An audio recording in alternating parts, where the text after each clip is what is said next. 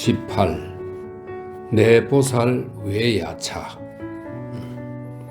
조금 돌이켜 8시가 되었다. 초봉이는 송이가 잠든 새를 타서 잠깐 저자에 다녀오려고 여러 날째 손도 안 댄 머리를 빗는다. 나들이 옷을 갈아입는다 하고 있었다.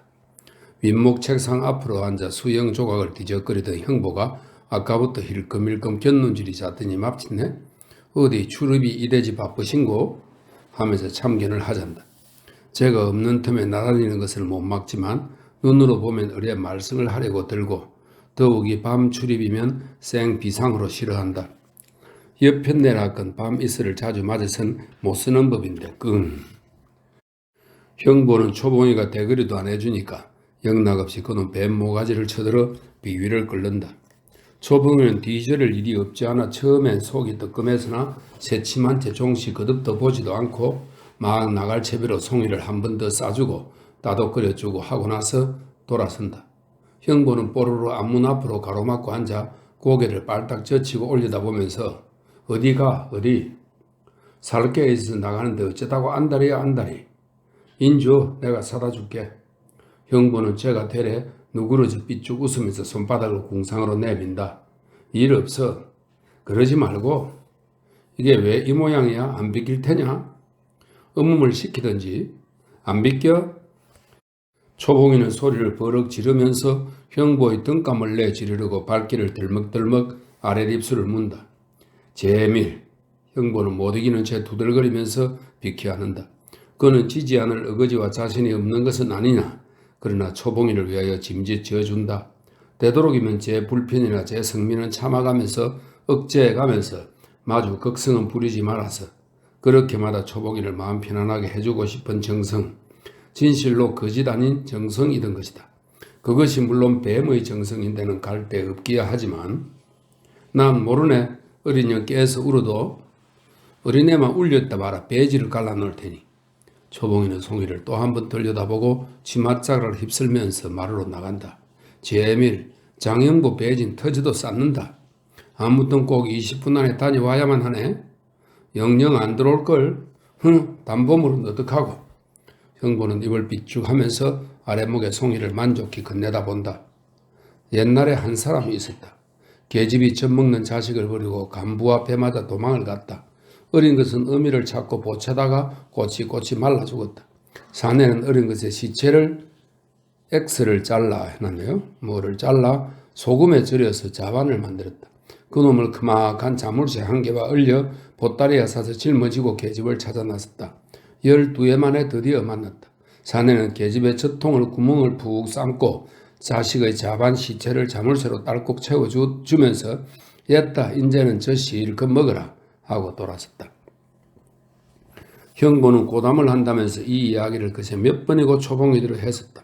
그런 쪽쪽 초봉이는 입술이 새파랗게 춥고 듣다 못해 귀를 털어막곤 했다. 그를 다치면 형부는 못 본 채 시치미를 대고 앉았다가 더 큰 소리로 자식을 업고 도망가지 해놓고는 그 말을 제가 냉큼받아 그러거들랑 아따 자식은 산채로 어미 젖통에다가 자물쇠로 채워주지 초봉이는 이것이 노상 음포만이 아니오. 형보가 좋기 거짓을 할 줄 알고 있다. 그는 송이를 내버리고 도망할 생각이야 애당초에 먹지를 않지만 하니 때리고 남아 도망함짓 한 것도 그 때문에 뒤를 내어 생심을 못하던 것이다. 형보는 초봉이의 그러한 속을 잘 알고 있고 그러니까 그가 도망갈 염려는 않는다. 형보는 일반 사내들이 제 계집의 나들이 덮어놓고 기하는 그런 공통된 본능 이외에 또 한 가지의 독특한 기호를 이 밤의 숙회는 가지고 있으니 전등불 밑에서는 반드시 초봉이를 지키고 앉았어야만 마음이 푸지고 좋고 하지. 그러질 못하면 공연히 짜증이 나고 짜증이 심하면 광기가 일곤 한다. 그래 시방도 일껏 도량 있어 내보내주기는 하고서도 막상 초봉이가 눈에 안 보이고 하니까는 아니나 다를까 슬그머니 심정이 부풀어 오르기 시작했다.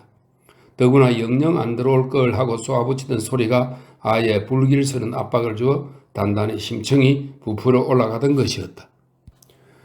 초봉이는 동간 파주께에서 바로 길 옆의 양약국에 들러 향룡 땡땡땡이라고 부르는 염산 땡땡땡 한 병을 500g째 통으로 샀다. 교갑도 넉넉 100개나 샀다. 드디어 사약을 장만하던 것이다. 오늘 아침 초봉이는 그렇듯 형보를 갖다가 처치할 생각은 얻었고 그것은 즉 초봉이 제 자신의 자살의 서광이었었다. 형보 때문에 형보가 징그럽고 무섭고 그리고 정력에 부대끼고 해서 살 수가 없이 된 초봉이는 마치 차일 귀신한테 덮친 것만 같았다. 차일 귀신은 처음 콩알만 하던 것이 주먹만 했다가 강아지만 했다가 송아지만 했다가 쌀 뒤주만 했다가 이렇게 자꾸만 크다가다 마침내 차일처럼 휘익하니 퍼져 사람을 덮어 씌우고 잡아먹는다. 초봉이는 심한 그런 차일 귀신한테 덮여 깜깜한 그 속에서 기력도 희망도 다 잃어버리고 생명은 각각으로 눌려 집으로 들기만 했다. 방금 숨이 막혀오고 그러하되 아무리 해도 벗어날 길은 없었다. 이렇게 거진 죽어가는 초봉이는 그러므로 생명이란 건 한갓 무서운 고통일 뿐이지 아무것도 아니었다. 따라서 해방과 안식이 약속된 죽음이나 동경하지 않질 못하던 것이다. 그래야 차라리 죽음을 자취하자던 초봉인데 그런데 막상 죽자고를 하고서 본 적은 그건 역시 형보로 인해 또한 뜻대로 할 수가 없게끔 억색한 사정이 앞을 막았다. 송이며 개봉이며의 위협이 뒤에 처지기 때문이다. 그렇기 때문에 초봉이가 절박하게 필요한 제 자신의 자살에 방해가 되는 형보를 처치하는 것은 자살을 할 그 목적을 이루기 위한 한계의 수단, 진실로 수단이요. 이 수단에 의한 자살이라야만 가장 완전하고 의의 있는 자살일 수가 있던 것이다. 이것이 일시 절망되던 자살의 서광을 발견한 경위다. 독단이요. 운사는 맞았는지, 이 운사는 연산, 시기 나타낸 일정한 규칙에 따라 계산함입니다. 운사는 맞았는지 답은 안 맞는 산술이다. 이미 시기 틀린 모양이었다. 계집의 좁은 속인이라 하겠으나 그건 남이 옆에서 보고 하는 소리요. 당자는 맞았는지 틀렸는지 알 턱이 없고 상관도 없이 그 답을 가지고서 곧장 제2단으로 넘어 들어간 지 이미 오래다. 오늘 아침에 산수를 풀었는데 시방은 저녁이요. 벌써 사약으로 땡땡땡까지 샀으니 말이다. 물론 이 땡땡땡이라는 약품이 형보의 죽음을 관로 속에 초봉이 제 자신이 자살하는 데 쓰일 기난 도구인 형보의 죽음을 이렇게 되어 있습니다. 형보의 죽음을 처치하기에는 그리 적당치 못한 것인 줄이야 초봉이도 잘 안다. 형보를 굳히자면 사실 분량이 극히 적어서 저 몰래 먹이기야 편해야 하고 그러하고도 효과는 적실하고 빨리 나타나 주는 걸로 그러니까 저 땡땡가리, 청산가리겠죠. 저 청산가리 같은 극렬한 맹렬한 극약이라야만 할 터였었다. 초봉이는 그래서 청산가리를 구하려고 오늘 종일토록 실상은 그 국리에 골몰했었다. 그러나 결국 시원치 못했다. 무서운 극약이라 간데도 사진 못할 것이고 한적 S 의사의 병원에서든지 또 하다못해 박재호에게 으름으름 접근을 해서든지 몰래 훔쳐내는 수밖에 없는데 그러자니 그게 조만이 없는 노릇이었다. 그래서 아무리나 우선 허허 실수로 일변 또 마음만이라도 듬직하라고 이 땡땡땡이나마 사다 두어 보자던 것이다. 땡땡땡이라면 재작년 송이를 잉태했을 때 유산을 시키려고 먹어본 경험이 있는 약이라 얼마큼 효과를 믿기는 한다. 그때 교갑으로 10개를 먹고서 거진 다 죽었으니까 듬뿍 30개면 쪽하리라 했다. 초봉이 저는 그러므로 그놈이면 좋고 또 그뿐 아니라 다급하면 양재물이 없나 대들보에 밧줄이 없나 하니 아무거라도 다 좋았다. 하고 도시 문제는 형보다. 교갑으로 30개라면 한 주먹이 넘는다. 너댓번에 질렀어야 다 삼켜질지 말지 할다. 그런 걸 제법 형복에다가 저 몰래 먹인다는 게 도저히 안 될 말이다. 혹시 좋은 약이라고 살살 둘러서나 먹인다지만 구렁이가 다 된 형본 것을 그리 문문하게 속아 떨어질 이치가 없다. 반년이고 1년이고 두고 고분고분해서 방심을 시킨 뒤에 그사를 한다면 그럴 법은 하지만 대체 그 짓을 어떻게 하고 견디며 또 하루 한시가 꿈만한 걸 잔뜩 정처짐하고 있기도 못할 노릇이다. 정처짐하고는 동작이나 상태가 바싹 조이는 맛이 없이 조금 느슨하다 이 말입니다. 정처짐하고 있기도 못할 노릇이다. 그러므로 아무리 해도 이 땡땡땡은 정작이 아니요 여벌감이다. 여벌감이고 정작은 앞으로 달리 서둘러서 청산가리나 그게 아니면 땡땡땡이라도 구해볼 것.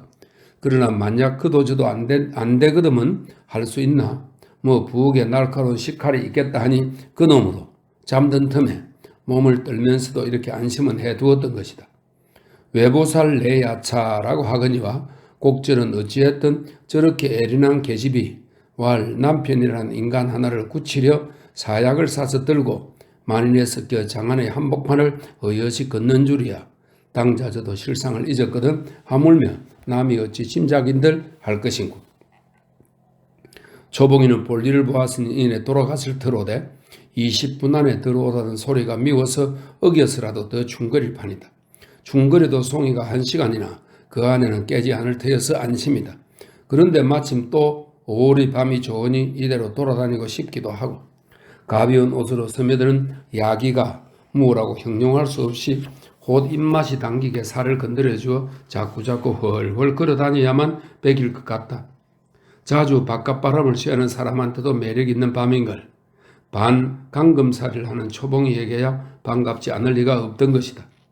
불빛 은은한 포도 위로 사람들의 때가 마치 한가한 물줄기처럼 밀려오고 이 짝에서도 밀려가고 수없이 엇갈리는 사이를 초봉이는 호젓하게 종로 내거리로 향해 천천히 걷고 있다.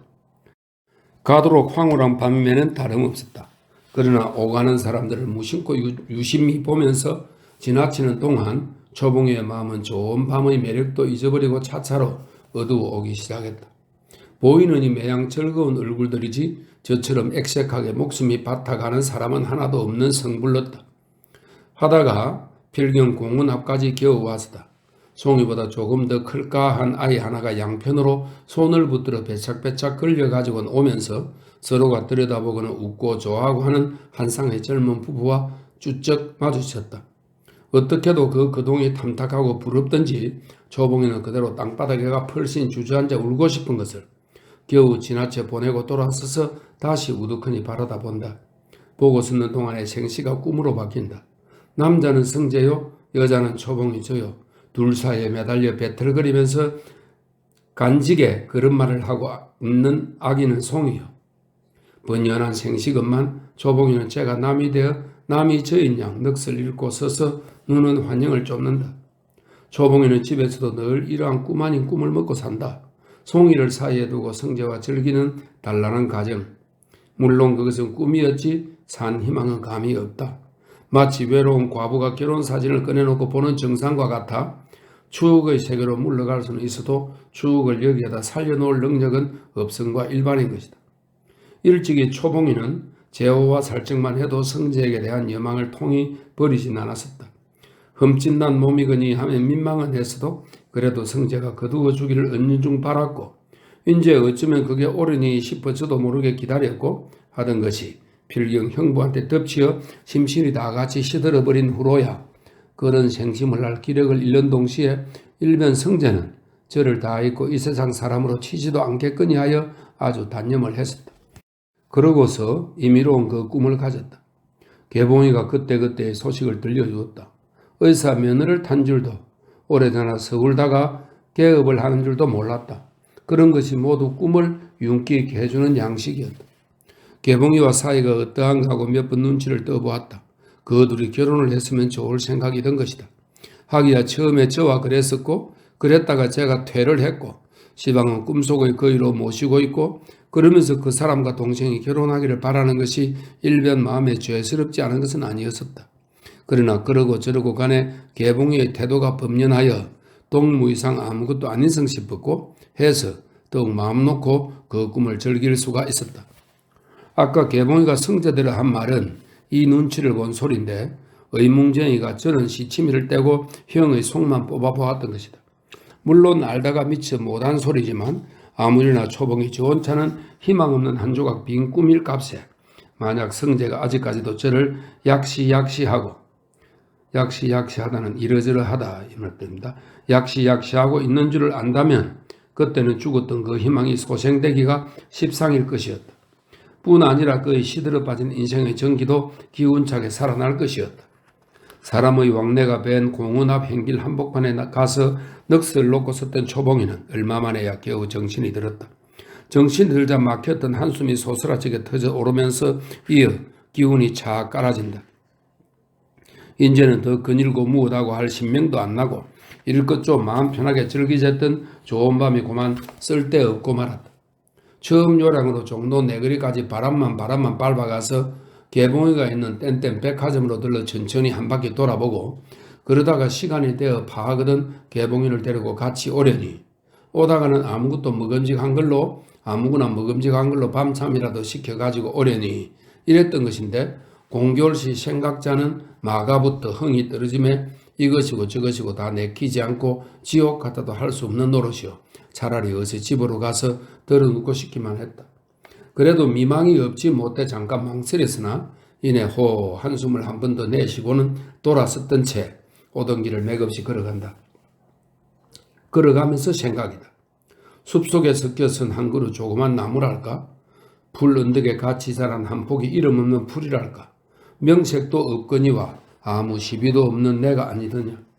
우뚝 솟을 것도 없고 분하게 피어날 머리도 없고 남과 한 가지로 남의 틈에 섭설혀 남을 해하지도 말고 남의 해도 입지 말고 말씀 없이 바스락 소리 없이 살아갈 내가 아니더냐? 내가 언제 운한 행복이며 두드러진 호강을 빨았더냐? 내가 잘되다고 남을 음해했더냐? 부모며 동기간이며 자식한테며 불량한 마음인들 먹었더냐? 마음이 모진바도 아니요 신분이 유난스러운 것도 아니요 소리 없는 나무 이름 없는 풀 한 포기가 아니더냐? 그렇구만 그 사나운 풍파며 이 불청한 박해가 어인 것이라 말이냐? 이 약병은 무엇을 하자는 것이냐? 인명을 굳혀서까지 내 목숨을 자결하자는 것이 아니냐? 내가 어찌다 이렇듯 무슨 독부가 되었단 말이냐? 이것이 환장이 아니고 무엇이냐? 이 노릇을 어찌하자 말이냐?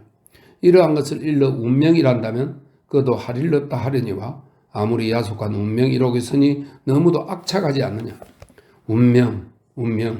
그래도 이 노릇을 어찌하자 말이냐? 소리를 부르짖어 울고 싶은 것이 더 눈물만 두 볼을 촤르르 흘러내린다. 눈물에 놀라 좌우를 살피니 어두운 동간의 폭만 넓은 길이다. 아무렇게나 소매를 들어 눈물을 씻으면서 얼마 안 남은 길을 종래 시름 없이 걸어 올라간다. 희미한 가등에 비춰보니 팔목시계가 8시하고 40분이나 되었다. 그럭저럭 40분을 넘겨 밖에서 충거린 셈이다. 꼭 20분 안에 다녀오라던 시간보다 곱쟁이가 되었거니 해도 그게 그다지 속이 후련한 것도 모르겠었다. 큰 길을 다 올라와서 골목으로 들어설 때다. 무심코 막 들어서는데 갑자기 어린애 우는 소리가 까무러치듯 울려 나왔다. 송이의 울음소리인 것은 갈 데 없고 깜짝 놀라면서 반사적으로 움칫 멈춰 서던 것도 일순간 꼬꾸라질 듯 대문을 향해 쫓아 들어간다. 아이가 벌써 제풀로 잠이 깰 시간도 아니요. 또 깼다고 하더라도 울면 칭얼거리고 울었지 저렇게 사뭇 기절해 울 이치도 없다.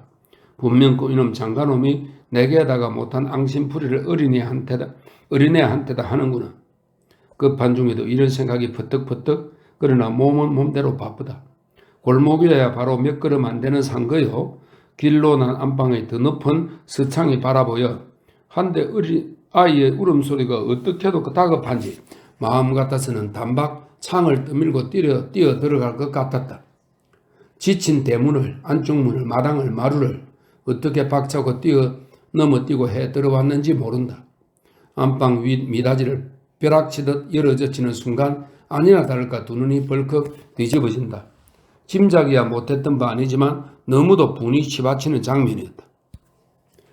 마치 고깃감으로 사온 닭의 새끼나 다루듯 형부는 송이의 두 발목을 한 손으로 움켜 거꾸로 도동동 쳐들고 섰다. 송이는 새파랗게 다 죽어 손을 허우적거리면서 숨이 넘어가게 운다.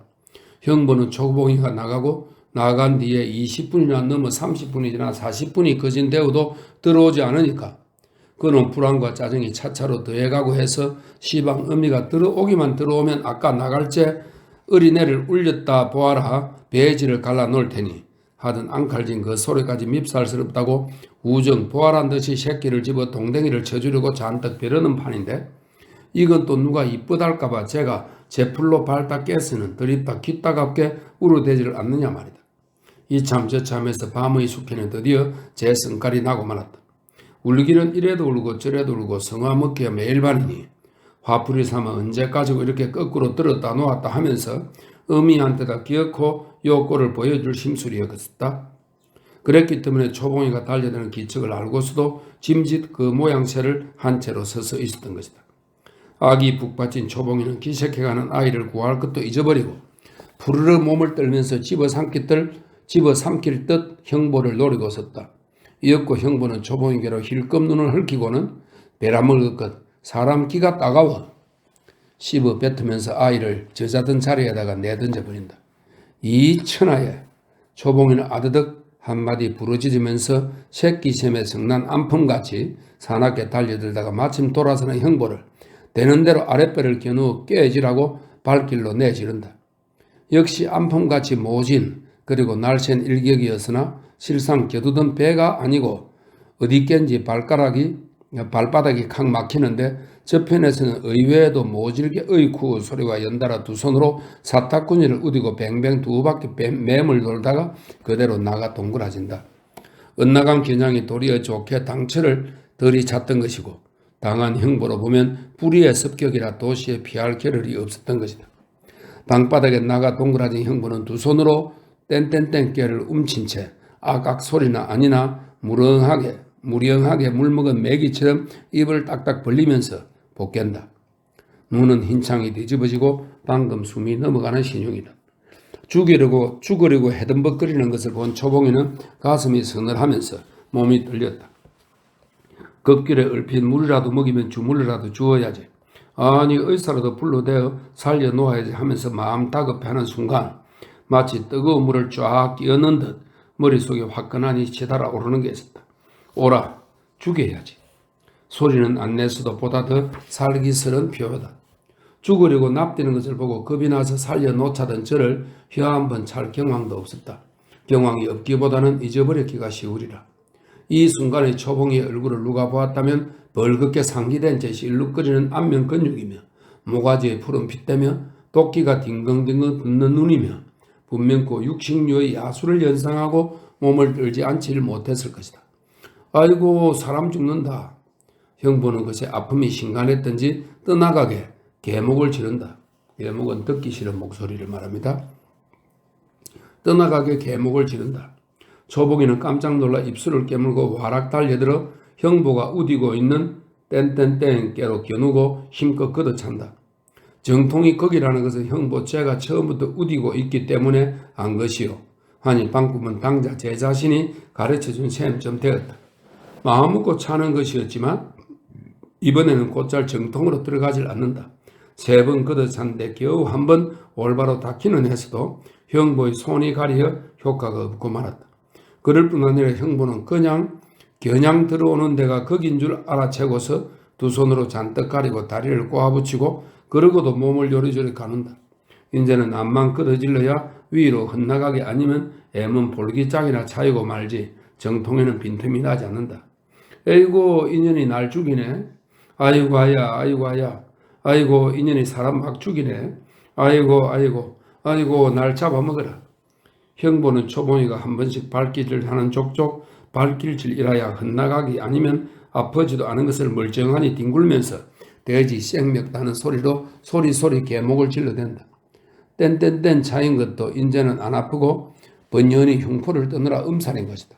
형보는 조금치라도 초봉에게서 사리를 끈이 채지는 못했다. 그러나 제가 송이를 가지고 한 소행은 있겠다. 한데 초봉이가 전에 없이 미칠 듯 날뛰니까 달리 겁이 슬그머지 났었다.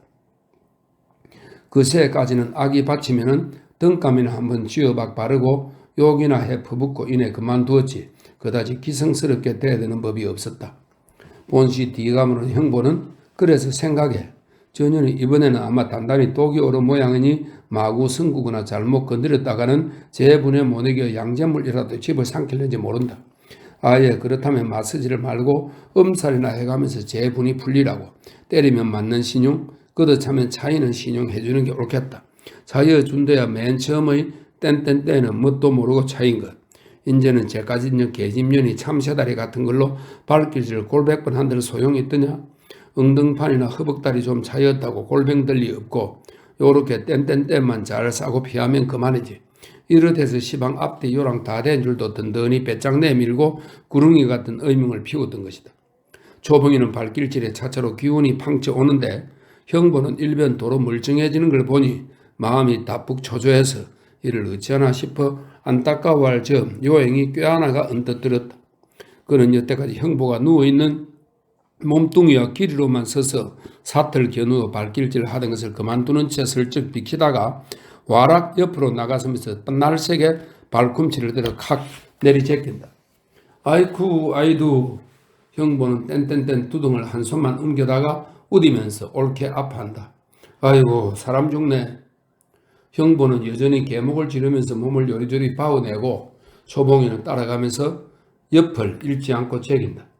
그러다가 한번 정통과는 겨냥이 턱없이 빗나가고 훨씬 위로 배꼽 미치듯 한데 칵 내리제끼는 발꿈치가 물씬하자 단박 소리도 미처 못 맺고 다리를 우디려 올라오는 팔도 풀기 없이 방바닥으로 내려진다. 아까 맨 먼저 땡땡땡을 차이고 나가 동그라질 때보다 더하다. 차인 자리는 형부고 초봉이고 다같이 생각지도 알지도 못하는 배꼽 밑에 겹쳐있던 것이다. 형부는 흉없게 눈창을 뒤집어쓰고 입을 떡 벌린 채 거진 사족이 뻗어져서 꼼짝도 않는다. 숨도 쉬는 것 같지 않고 입가로 개거품이 피어오른다. 오냐. 기운이 번쩍 솟은 초봉이는 이를 보드득 갈아붙이면서 마창은 마주 뚫린 구멍이죠. 마창이라도 나라고 형부를 아랫배를 내리 각각 제낀다. 하나 둘 셋 너희 수없이 떼고 제낀다. 다섯 여섯 일곱 여덟. 얼마를 그랬는지 정신은 물론 없고 벌럭거리면서 발꿈치 방아를 찢는데 어찌어찌 하다가 내려다보니 형부는 내 활개를 쭉 뻗고 누워 움칫도 않는다. 숨도 안 쉬고 눈도 많이 감았다. 초봉이는 비로소 형부가 죽은 줄 알았다. 죽은 줄 알고 발길질을 멈추고는 헐헐 가쁜 숨을 쉬면서 발밑에 뻗어진 형부의 시신을 들여다본다. 이 초봉이의 형용은 거기 굴러져 있는 송장 그거보다도 더 흉흉한 꼴이다. 긴 머리채가 앞뒤로 흩어져 얼굴에도 거덕 들이웠다. 얼굴에 들이운 머리칼 사이로 시뻘겋게 충혈된 눈이 무섭게 번득인다. 깨문 입술은 흐르는 피가 듬뿍다. 매무씨가 흘러내려 흰 허리통이 징그럽게 드러났다. 갓빛 쉬는 숨길마다 드러난 그 허리통이 쥐노는 고깃덩이 같이 덜먹거린다. 초봉이는 시방 완전히 통제를 잃어버린 생리다. 머리가 눈을 가리거나 매무씨가 흘러 허리통이 나온 것좀 상관도 않거니와 실상 상관 이전이어서 알기부터 못하고 있다. 암만 숨이 가빠야 저는 가쁜 줄도 모른다. 송이가 떨이 울어도 뒹굴어도 안 들린다. 동네가 발끈한 것도 모른다. 다 모른다. 모르고 형부가 이렇게 발밑에 나가 동그라져 죽은 것 오로지 그것만이 눈에 보일 따름이다. 감각만 그렇다고 외딴 것이 아니라 의식도 또한 중간에 한 토막뿐이다. 그의 의식은 과거와도 뚝 잘리고 미래와도 뚝 끊기어 앞서 일도 뒤의 일도 죄다 잊어버렸다. 잊어버리고서 역시 형부가 시방 거기 발밑에 나가 동그라져 죽은 것 단지 그것만을 안다. 그것은 흡사 격가지를 후리고 위아래 동강을 쳐낸 가운데 토막만 갖다가 유리단지에 알코올에 담가놓은 실험실의 신경이라고나 할런지 그 끔찍한 모양을 하고 서서 형부의 시신을 꺽 내려다보던 초봉이는 이윽고 이마와 양미간으로 불평서는 국인살이 분명하게 드러났다. 초봉이는 형부를 원망과 정오가 사무친 형부를 또 이미 죽어졌던 형부를 마침내 죽여놓았고 그래서 시방 이렇게 죽어 뻗어졌고 그러니까 이제는 속이 후련하고 기쁘고 했어야 할 것인데 아직은 그런 생각이 안 나고 형부가 죽은 것이 도리어 안타까웠다. 원수는 이미 목숨이 없다. 죽었을 때 저는 죽은 줄 모른다. 발길로 차고 제기고 해도 아파하지 않는다. 내 생애를 잡채 주었고 가추 나를 괴롭히던 원수건만 이제는 원한을 풀 데가 없다. 원수는 저렇듯 편안하다. 저 평온, 저 무사, 저 무관심. 초봉이는 이게 안타깝고 그래서 불평이 된 것이다. 멈추고 섰던 것은 잠깐 동안이요. 이어 곧 훨씬 더 모질게 발길질을 해댄다. 각각 배가 꿰어지라고 내리제긴다. 발을 번갈아 가면서 제긴다. 만약 이 형부의 배가 마창에라도 나서면 이렇게 물씬거리지 말고 내리구르는 발꿈치가 배창을 꿰뚫고 다시 등짝을 꿰뚫고 딱 방바닥에 가서 야멸치게 맞추기라도 했으면 그것이 대답인 양 초봉이는 속이 후련해 했을 것이다. 그러나 암만 기운을 들여서 사납게 제겨야 아파하지도 않고 퍽퍽 바람 빠진 고무공처럼 뭉싱거리기만 한다. 마치 그것은 형보가 살아있을지 하던 지처럼 유들유들한 것과 같았다. 끝끝내 반응이 없고 그게 답답하다 못해 초봉이는 그만 눈물이 쏟아진다. 눈물에 맥이 탁 풀려 그대로 주저앉으려다가 말고 문득 방 안을 휘휘 둘러본다. 아무거나 연장이 아쉬웠던 것이다. 이때 가령 칼이 눈에 띄었다면 칼을 집어들고서 형보의 시선을 육해치듯 난도질을 해놓았을 것이다. 또 몽둥이나 방망이가 있었다면 그놈을 집어들고서 덜이 집밭이었을 것이고 시뻘건 화토벌이 있었다면 그놈을 들여다가 이글이글 덮어 씌웠을 것이다. 방 안에는 아무것도 만만한 것이 보이지 않으니까 열려있는 미닫이로 고개를 내밀고 마루를 둘러본다. 바로 문치의 쌀 뒤조 앞에 가서 시꺼먼 맷돌이 묵직하게 포개져 놓인 것이 선뜻 눈에 띄었다.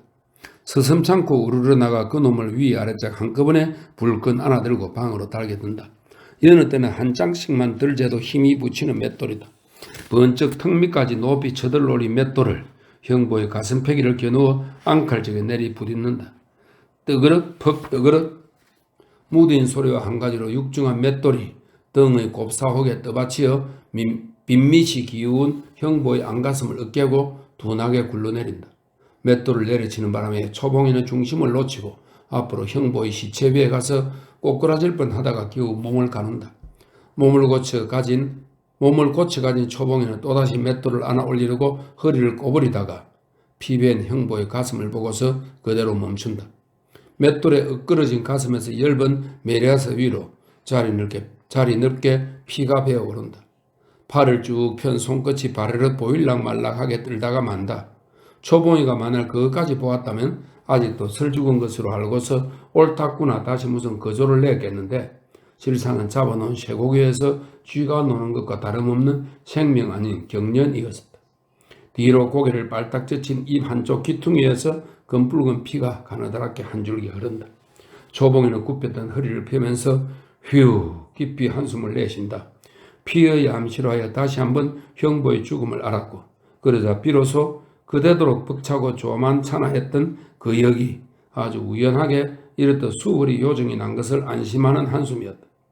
따로 놀던 신경이 정리가 되어감에 따라 그것은 완전히 초봉이 제 자신의 능력이 아니고 한계의 기적인 것 같다. 경의의 눈으로 이 결과를 내려다보지 않을 수가 없었다.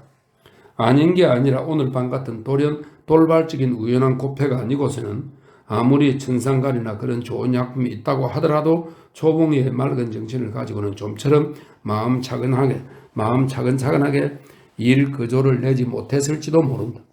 초봉이는 차차 온전한 제정신이 들고 정신이 들면서 맨 처음 송이의 우는 소리를 알아들었다. 매우 오랫동안인 것 같으나 실상 첫 번 형보의 땡땡땡을 끄덕질러 넘어뜨리던 그 순간부터 쳐서 5분밖에 안 된 시간이다. 초봉이는 얼른 머리카락을 뒤로 끄덕넘기고 허리춤을 추어 올리고 그러고 나서 팔을 벌리고 안겨드는 송이를 걸어 안으려고 몸을 구부리다가 음칫 놀라 제 손을 끌어당긴다. 이 손이 사람을 굳힌 손이거니 하는 생각이 버뜩 들면서 사람을 굳힌 손으로 소중스러운 자식을 안기가 송구했던 것이다. 송이는 엄마가 끓여야 하는 것이야 상관할 바 없고 제 풀로 안겨들어 벌써 젖꼭지를 문다. 할 수 없는 노릇이고 초봉이는 송이를 전물려 안은 채 천해를 내려다가 형보의 시신을 덮어버린다. 이것은 송장에 대한 산 사람의 예절과 공포를 같이 한 본능일 게다. 그러나 시방 초봉이의 경우는 그렇기보다 어린 송이에게 아무리 무심한 어린 눈이라고 하더라도 그 눈에 이 끔찍스러운 살상의 자취가 보이지 말게 하자는 어머니의 마음일 게다. 초봉에 이어서 뒷일 수습을 하기 시작한다. 우선 시간을 본다. 9시까지는 아직 15분이나 남았다. 개봉이가 항령 9시 40분 그 어림에서 돌아오긴 하니 그 준비는 그동안에 넉넉할 것이었다. 한 손으로는 송이를 안고 한 손만 놀려가면서 바지런바지런 그러나 어디 놀러 나갈 채비라도 차리는 듯 심상하게 서든다. 아까 사가지고 온 땡땡땡 병과 고갑 봉지가 방바닥에 굴려져 있는 것을 집어 건너방에다 갖다 둔다. 그 다음 양복장 아래 서랍에 고스란히 들어있는 송이의 옷을 그대로 담숙 트렁크에 옮겨 담아 건넌방으로 가져간다. 또 그 다음 장롱에서 위 아래막이 안팎 새 옷을 한 벌 심지어 버선까지 고르게 챙겨내다가 놓는다. 마지막 방바닥에 너지분한 것을 대강대강 거두어 잡아치우고는 손 떼그릇의 돈지갑을 꺼내서 손에 쥔다. 반지가 백금 반지인데 지방 손에 낀 형보가 해준 놈 말고 전에 박재호가 해준 놈이 또 한 개, 그리고 사파이어를 박은 금반지까지 도통 3개다. 죄다 찾아내고 뽑고 해서 돈지갑에다가 넣는다. 반지를 뽑고 하노라니까 문득 한숨이 소스라쳐 나온다. 지나간 날 군산서 떠나올 그 밤에 역시 고태수가 해준 반지를 뽑던 생각이 나던 것이다. 어쩌면 한 번도 아니요 2번째나 이 짓을 하다니 그것이 힘술 사나운 운명의 역력스러운 표적인가 싶기도 했다. 반지 하나 때문에 추억을 자아내어 가슴 하나 가득 여러 가지 회포가 부풀어 오른다. 한참이나 넋을 놓고 우두커니 섰다가 터져나오는 한숨 끝에 중얼거린다. 그래도 그때 그날 밤에는 살자고 희망을 가졌었지. 초봉이는 안방을 마지막으로 나오려면서 휙 한번 둘러본다. 역시 미전한 게 있다면 얼마든지 있겠으나 시방 이 경환 중에는 어찌할 수 없는 것들이다. 남색 재병 처녀들을 짚어씌운 형보의 시신 위에 눈이 제풀로 묻는다. 인제는 꼼지락도 않는 송장 이건이 해야 몸이 쭈뼛하거나 무섭지도 않다.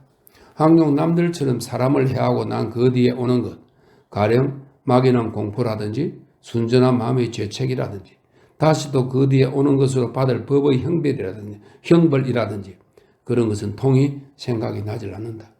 단지 천행으로 이루어진 이 결과에 대한 만족과 일변 원수의 무사태평함에 대한 시기와 이 2가지의 상극된 감정이 서로 번갈아 떠나들 따릅니다.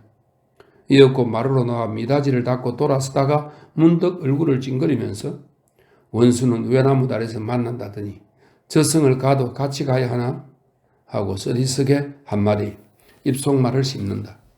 미상물 징그럽기도 하려니와 창피스런 까안으로는 작기나 하면 이놈의 집구석에서 약을 먹고 죽을 게 아니라 철도 글목이든지 한강이든지 나갔으면 싶었다. 건너방으로 건너와서 그동안 잠이 든 송이를 아랫몫으로 내려놓는다. 뉘이면서 송이의 얼굴을 들여다보느라니 비로소 그제야 서름이 소스라쳐 눈물이 쏟아진다.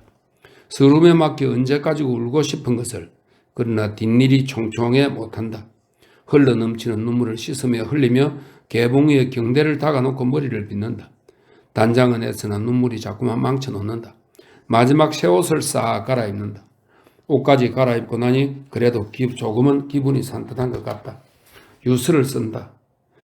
비회가 북보다 앞을 쓰고 또 쓰기로 들면 얼마든지 장황하게 써서 아주 형식적이고 간단하게 붙인 정주수와 모친 유씨한테 각각 한 장씩 썼다. 개봉한테는 송이를 가추가추 부탁하느라고 좀 자상했다. 성재와 결혼하는 것이 좋겠다는 말도 했다. 유서 석장을 각각 봉해가지고 다시 한 봉투에다가 넣어 그 봉을 부주전 상백시라고 썼다. 마침 9시 반이 되어온다. 이제 한 10분이면 개봉이가 오면은 선자리에서 송이와 돈지갑과 유수와 트렁크를 내주면서 정거장으로 쫓을 판이다. 모친이 병이 위급하다는 전보가 왔는데 형보가 의정을 내어 못 내려가게 하니 너 먼저 송이를 데리고 이번 11점 차로 내려가면 날라 큰 몸 가뿐하게 있다가 눈치 보아 가면서 오늘 밤에 못 가더라도 내일 아침이고 밤이고 몸을 빼쳐 내려가마고 이렇게 돌릴 요랑이다. 유서의 그 봉을 부친한테 한 것도 그러한 의사가 있기 때문이다. 이것은 미리서 계획했던 것이 아니고 당장 꾸며낸 의견이다. 그는 개봉이를 송이와 암령해서 그렇게 시골로 내려보내놓고 최후의 거사를 해야 망정이지 이 흉악한 실상의 뒤끝을 그 애들한테다가 맡기다니 절대로 불가한 짓이었다.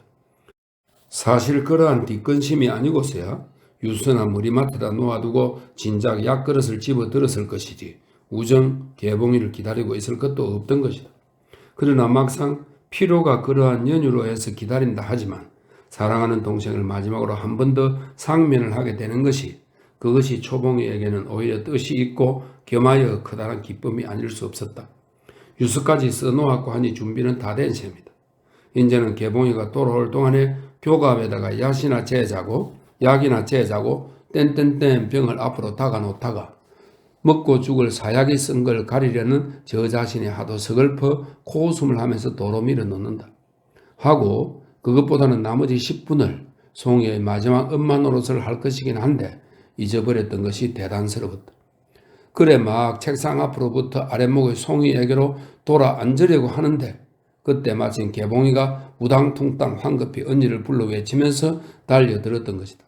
달려드는 개봉이는 미처 방으로 들어가지도 못하고 마루로 난 쇠문턱에 우뚝 사라질 듯 모가넷 소리로 언니 부르면서 눈에는 눈물이 뚝뚝 형의 얼굴을, 송이를, 트렁크를, 땡땡땡 병을 이렇게 휙 둘러보다가 다시 형을 마주본다.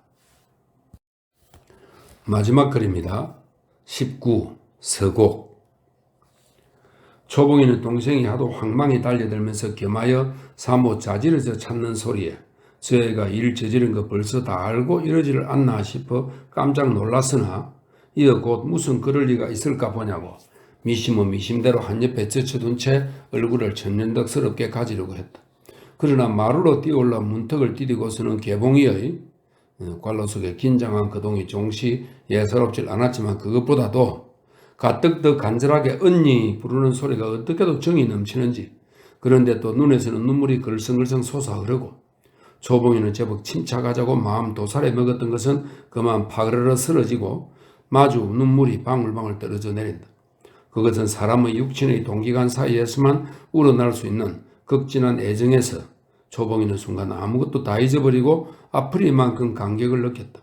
그는 뒷일이야 어찌되든지 설사 개봉이가 말려서 시방 최후의 요긴한 한 가지 일인 자기를 뜻대로 이루지 못하게 될 값에 그렇더라도 이렇게 다시 한번 동생을 상면하는 것이 크고 그러므로 기다리고 있었던 게 잘한 노릇이고 하다 싶어 더욱이 기뻐해 마지 않는다. 개봉이는 형이 무사히 있음을 보고서 와락 반가움에 있어서 눈물까지는 나왔어도 그 다음 다른 것은 안만해야 머루먹은 속같이 얼떨떨하니 가늠을 할 수가 없었다. 가만히 한 발걸음 방 안으로 개봉이는 형의 기색과 동정을 살피면서 또 한 걸음 떼어놓고는 둘레둘레 하다가 언니 조르듯 응석을 하듯 다푹 성화가 난 소리다. 왜 그다지 성화에 끼었느냐고 물으면 저도 선뻑 대답은 못할 테면서 그러나 단단히 걱정스럽기는 걱정스러웠다. 초봉이는 눈에 눈물을 담은 채 아낌없이 가만히 웃으면서 지금 오니? 하고 긍정이씨 대답을 해준다.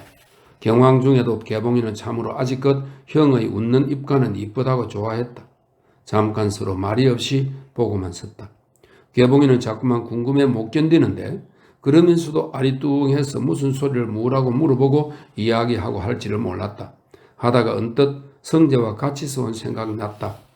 별반 이 장면에 이 공기에 긴급한 테마는 아니지만 그렇다고도 생각이 난 것을 말 않고 가만히 있을 수도 없는 것이다. 남서방도 왔는데 뭐? 초봉이가 호들갑스럽게 놀라는데 마침 뚜벅뚜벅 마당으로 성재가 들어서고 있다. 초봉이는 반사적으로 몸이 앞 미닫이께로 와락 쏠리다가 마당 가운데 쭈쩍 멈춰 섰는 성재와 얼굴이 마주치자 끄기 더 고개가 깊이 떨어진다. 개봉이도 형의 어깨너머로 내다보고 그러나 불빛이 희미해서 피차에 얼굴의 변화는 세 사람이 다 같이 알아보지 못했다. 성재는 둘레둘레 망설이고 섰다가 그로서는 좀 대담하리만큼 대뜰로 해서 마루로 성큼 올라선다. 건너방의 아우 형제는 시방 성재가 그리로 들어올 줄 기다리고 있는데 성재는 마루에서 잠깐 머뭇거리더니 쿵쿵 발소리를 내면서 안방께로 가고 있다. 개봉이도 의아했지만 초봉이는 숙였던 고개를 번쩍 소스라치게 놀라서 아이머니 저희가 하면서 기색할 듯 목소리를 짓누른다. 그러나 성재는 벌써 미닫이를 뒤로 닫고 들어갔고 개봉이는 비로소 번개같이 머리에 떠오르는 게 있어 눈이 휘둥그레지더니 형들은 무슨 말을 할 듯 하다가 우르르 마루로 달려나간다. 초봉이는 일순간에 격동 끝에 어깨를 축 쳐뜨리고 넋없이 서서 있고 개봉이는 한 걸음에 마루를 지나 안방 미닫이를 와락 열어 젖힌다. 생각한 바와 같았는데 놀람은 놀감대로 커서 악! 조심스러운 무거운 부르짖음이 쏠려 오른다. 문 닫고 절로로 가서 있어요. 천혜를 걷어치우고 형보의 시신을 손목 짚어 맥을 보던 성재가 얼굴을 들지 않은 채 개봉이를 나무란다. 개봉이는 더 오래 정신없이 섰을 것을 성재의 주위에 기계적으로 미닫이를 닫고 역시 기계적으로 한 걸음 두 걸음 건너방을 향해 걸어온다. 초봉이는 동생과 얼굴이 마주치자 힘없이 고개를 떨어뜨린다. 개봉이는 형의 앞에까지 와서 조용히 선다. 말은 없고 형의 숙인 이마를 보던 눈을 책상 위의 약병 땡땡땡으로 돌렸다가 도로 형을 본다. 이때는 놀랐던 기색이 벌써 다 가시고 슬픔이 가득히 얼굴로 갈려들었다. 저 사약이 말을 하는 죽음이 아니면 법이 주는 형벌, 일순간 후에는 반드시 오고야 말 형의 절박한 운명의 아픔을 시방 개봉이는 독립한 딴 개체의 것으로가 아니요 바로 제 살 속에서 감각하고 있는 것이다. 언니, 들이 몸부림이 치일 직전의 무의식한 호흡 같고 부르는 소리도 목이 메어 목에서 걸린다. 초봉이는 순순히 고개를 들어 웃으려고 한다. 조용히 단념을 하는 미소. 아니 그것은 웃음이기보다 울음에 가깝겠지만 그거나마 동생의 너무도 슬픈 얼굴 앞에서는 이내 쓰러져 버리고 만다. 하고서 방금 울음이 터져 오를 듯 입이 비죽비죽. 개봉아, 언니. 개봉이는 와락 쏠려들어 형의 아랫뜰을 얼싸안고 접질리고 초봉이는 그대로 주저앉으면서 동생의 어깨에다가 고개를 파묻는다. 두 울음소리가 동생은 높게 형은 가늘게 서로 뒤섞여 호젓이 떨린다. 쬐끔만 더 참든 않고 쬐끔만. 갑자기 개봉이가 얼굴을 쳐들면서 어깨를 쌀쌀 안타까이 부르짖는다. 쬐끔만 참았으면 남성에 나가서 언니를 구해내주고 다 그러기도 했는데 쬐끔만 더 참지. 이 일을 어떻게 해 언니. 개봉이는 도로 형의 무릎에 가 엎드러진다. 복복하다 못해하는 소리요. 말하는 그대로지 말 이외에 다른 의미는 없던 것이다. 그러나 듣는 초봉이에게는 그렇게 단순하게만 들리지 않았다. 초봉이는 가슴속이 용솟음을 치던 채 울던 것도 잊어버리고 벙벙하니 앉아있다. 성재가 나서서 나를 구해내주고 그리고 다 그러기로 했다고? 오라. 시방도 그러니까 나를 사랑하고 그래서 다시 거둬주려고. 이렇게 생각할 때 초봉이는 금시로 몸에 날개가 돋치는 것 같았다. 그러나 그 다음 순간 정말 그랬구나. 그래서 저렇게 찾아온 것이고 그런 것을 앞불사 정말 쬐끔만 참았더라면 1시간만 참았어도. 생각이 이에 미치자 그만 상승이라도 할 듯 훌훌 뛰고 싶게 안타까웠다. 이 정당한 오해는 물론 개봉의 고의도 아니요 초봉이의 잘못도 아닌 것이다. 초봉이는 동생의 등 위에 또다시 엎드려 애가 끓이게 운다. 성재가 아직도 나를 사랑하고 있었구나 하면 이다지도 기쁜 노릇은 생후 처음이다.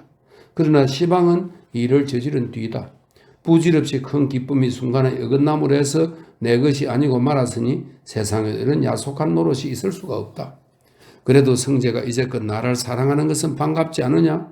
그렇지만 반가우면 뭘 하나? 이제 죽고 말 테면서. 아니 그래도 글쎄 어떡하나 어떡해? 이렇게 대풀이를 하는 동안 초봉이는 이리 기쁜지 슬픈지 마침내 분간을 하지 못하고 울기만 한다. 이윽고 성재가 안방으로부터 건너와서 우디커니 문치에 가선다. 성재가 건너온 기척을 알고 초봉이가 먼저 몸을 일으켜 도사리고 앉으면서 숙인 얼굴을 두 손으로 산다. 뒤밑을 개봉이도 얼굴을 들어 옆에 섰는 성재께로 통통 부은 눈을 돌린다. 성재는 그 뜻을 알아차리고 도리질을 한다.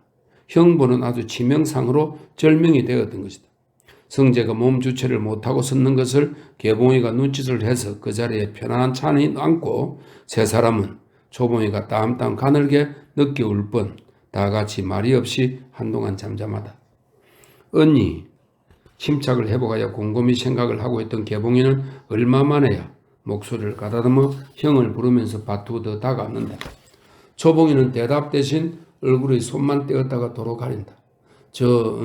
언니, 저 경찰서로 가서 자현을 허우. 자현은 예전에 자기 스스로 범죄 사실을 관하여 고백하던 일, 자수네요. 자현을 허우, 그걸 참아. 말을 채 못하고서 개봉이는 한숨을 내쉰다.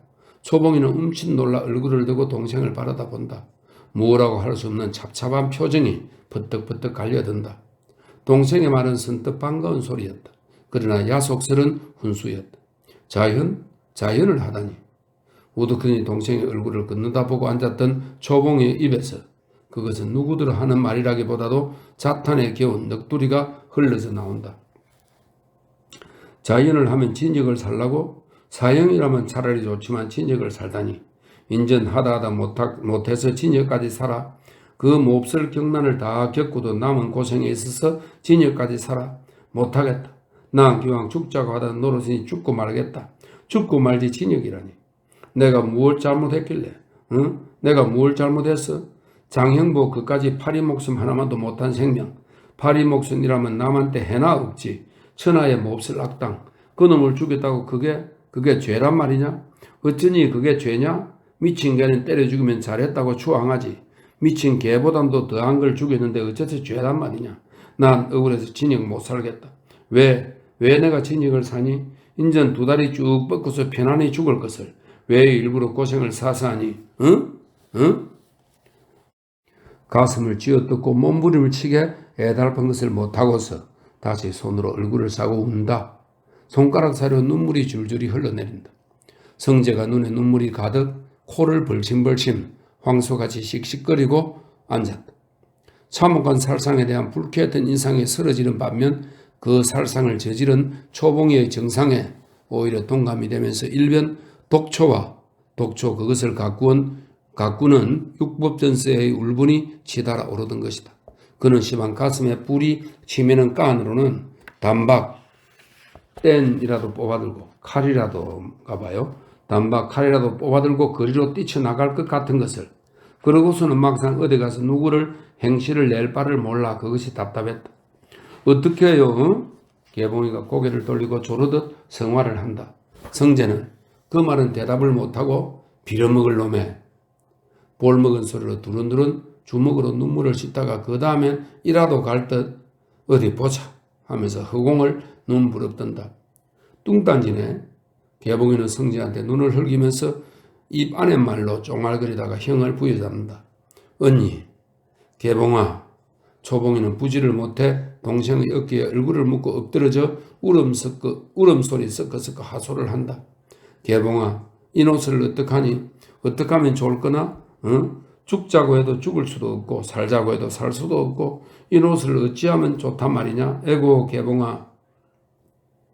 언니 할 수 있어? 정상이 정상이고 또 자수를 했으니까 형벌이 그다지 중하든 않을 테니 아직 한 10년 아니 한 5, 6년밖에 안 될지도 모르니 그것만 치르고 나오면 그만 아니요? 그 되면 다 좋잖아? 송이 그새 동안 아무 걱정하려 말고 그저 몇 해 동안만. 그렇지만 언니가 그 짓을 어떻게 징역살이를 어떻게 하고 아이고 이 일을 어째 달랜다는 것이 마지막 가서는 갇혀서 울고 만다. 막혔던 보뚝을 터뜨리듯 형제가 돌아 어우러져 울고 있고 성재는 고개를 깊이 숙이고 앉았고 하기를 한식경이나 지나간 뒤이다. 초봉이는 불씨로 눈물을 거두어 얼굴을 들어 성재에게로 돌린다. 성재도 마침 울음소리 끊긴 데 주의가 가서 고개를 들다가 초봉이와 눈이 마주친다. 초봉이는 무엇인지 간절함이 어리어있는 눈동자로 무엇인지를 성재의 얼굴에서 찾으려는 듯 한참이나 보고 있다가 이윽고 목면 소리로 그렇게 할까요? 하라고 하시면 하겠어요. 징역이라도 살고 오겠어요. 하면서 조르듯 묻는다. 의외요. 그러나 침착한 태도였다. 성재는 그렇듯 어떤 새로운 긴장을 띤 초봉의 그 눈이 무엇을 말하며 하는 그 말이 무엇을 의미하는 것인지를 잘 알 수가 있었다. 알고 나니 대답이 막히기는 했으나 그는 시방 이 자리에서 초봉이가 애원하는 그 명의의 언약을 거절하는 눈치를 보일 용기는 도저히 나질 못했다. 뒷일은 아무것도 염려 마시고 다녀오십시오. 성재의 음성은 다정했다. 초봉이는 저도 모르게 한숨을 안도의 산숨을 내쉬면서 네 고전에게 대답하고 숙였던 얼굴을 한 번 더 들어 성재를 본다. 그 얼굴이 지극히 슬프면서도 그러나 웃을 듯 빛남을 성재는 보지 않지 못했다. 예, 이렇게 끝이 났네요. 네. 오늘 2021년 4월 14일 수요일 저녁입니다.